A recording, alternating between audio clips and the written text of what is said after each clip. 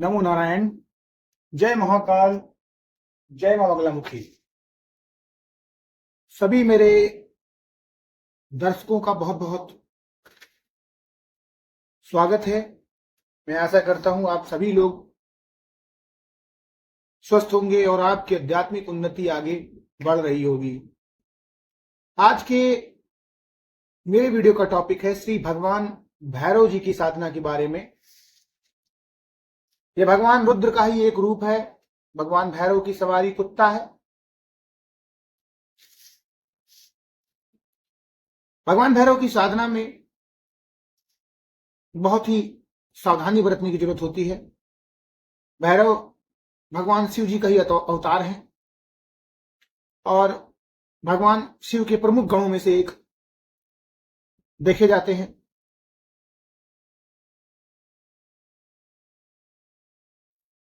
इसमें आपकी जो सामग्री होगी वो मदिरा होगी, मांस होगा, कनेर के फूल होते हैं, जायफल होता है, जावित्री होती है और भैंस का घी होता है, भैंस का दही होता है, लाल चंदन, कनेर की लकड़ी, भैंस के गोबर का कंडा, बिंब फल होते हैं और सरसों का तेल होता है। स्थान निर्जन स्थान, नदी के किनारे, जंगलों के पास, झरनों के पास, पहाड़ों में। समय अर्धरात्रि का होता है और किसी भी कृष्ण पक्ष के शनिवार की रात्रि से आप प्रारंभ करें। दक्षिण दिशा की ओर मुख करके करें। मंत्र ओम हम सम नम कम सम खम फट स्वाहा।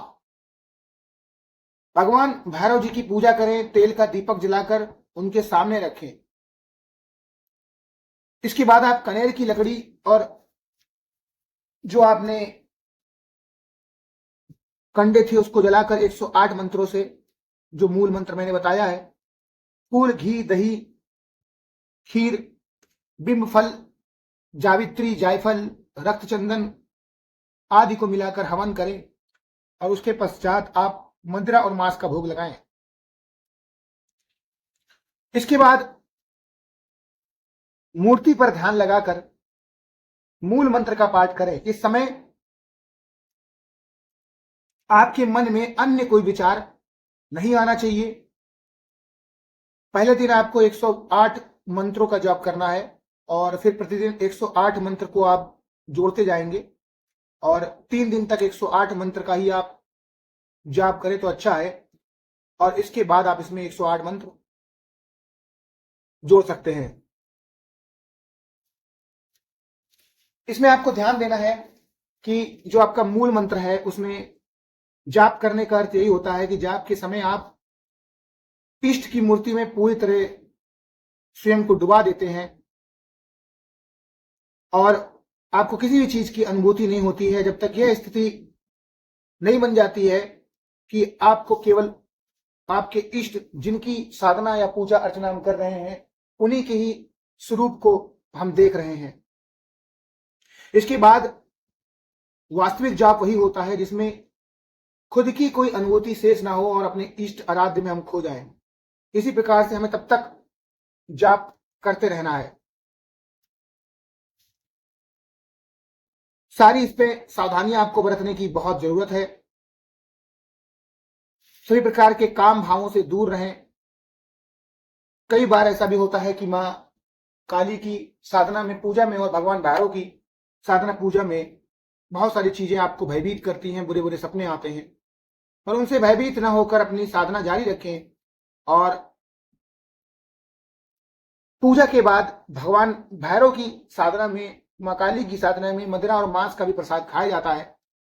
आप मांस को कच्चा ना खा के पका लें। जो लोग मांस मदिरा का प्रयोग नहीं करते हैं उनके लिए भी किसी प्रकार की बाध्यता नहीं है। ऐसा जरूरी नहीं है कि पर्टिकुलर आपको करना है। भगवान भोलेनाथ की पूजा सात्विक और तामसिक दोनों तरीकों से की जाती है और भगवान भोलेनाथ का ही रूप है रुद्र जी और भगवान भैरव जी। ये इनके गणों में से एक है। इस साधना को करने से पहले अपने गुरु से आप गुरुमुख होकर दीक्षा जरूर लें। जो भी आपकी सामग्री है उसको अपने पास सामने रख लें।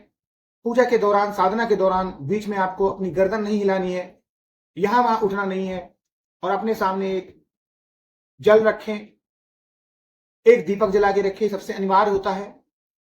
5 तत्वों से हमारा शरीर मिलकर बना होता है, और हमारे आसपास जिस जगह में हम बैठे होते हैं वो पृथ्वी तत्व है, और आकाश हमारे ऊपर है, और उसी तरीके से हमारे इर्द गिर्द वायु मौजूद रहती है।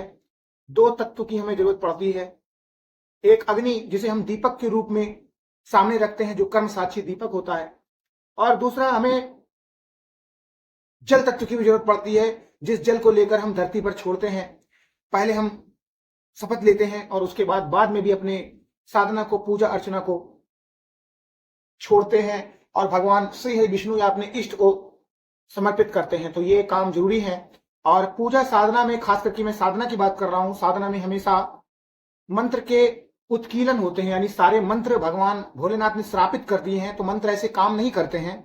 मंत्र का प्रॉपर एक तरीके से उत्कीलन होता है, जिसमें उनके सबसे पहले दशांश हवन होते हैं, तर्पण होते हैं, मार्जन होता है, सब जरूरी है करना, आपको करिए।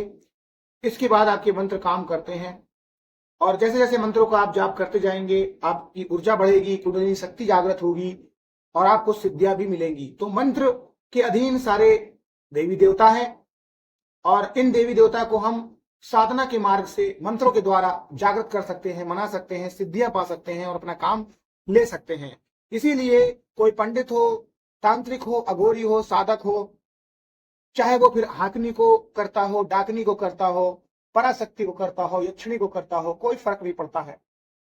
हर बुरी शक्ति, अच्छी शक्ति उस मंत्रों के अधीन है। जैसे ही उस पर्टिकुलर देवी देवता का या भगवान भूत प्रेतों का मंत्र जाप करते हैं, तो वो शक्ति एक्टिवेट हो जाती है, और उसके बाद अपने शक्ति के प्रॉपर भोग के द्वारा हम उस शक्ति को अपने तरफ कर लेते हैं, और फिर उनसे मनचाहा काम लेते हैं। जो लोग मेरे चैनल पर नए आए हैं, इस वीडियो को ज्यादा से ज्यादा लाइक और शेयर करें, इस चैनल को सपोर्ट करें, बेल नोटिफिकेशन को भी दबाएं, ताकि नेक्स्ट वीडियो का नोटिफिकेशन आपको मिले। मैं आशा करता हूं आज का मेरा ये वीडियो का टॉपिक आपको अच्छा लगा होगा। अगर ये टॉपिक थोड़ा सा भी आपको ज्ञानवर्धक लगा है, तो आप फिर से एक बार मेरे वीडियो को जरूर देखिए। मैंने बिगिनर भाइयों बहनों के लिए ये साधना से रिलेटेड सीरीज स्टार्ट की है, जिसमें मैं पार्ट 1 के हिसाब से डाल रहा हूं। अगर आप पर्टिकुलर डायरेक्ट इस पार्ट पे आते हैं, तो शुरू के पार्टों को जरूर देखिएगा। और अभी मुझे इजाजत दीजिएगा। नमो नारायण, जय महाकाल, जय मां बगलामुखी।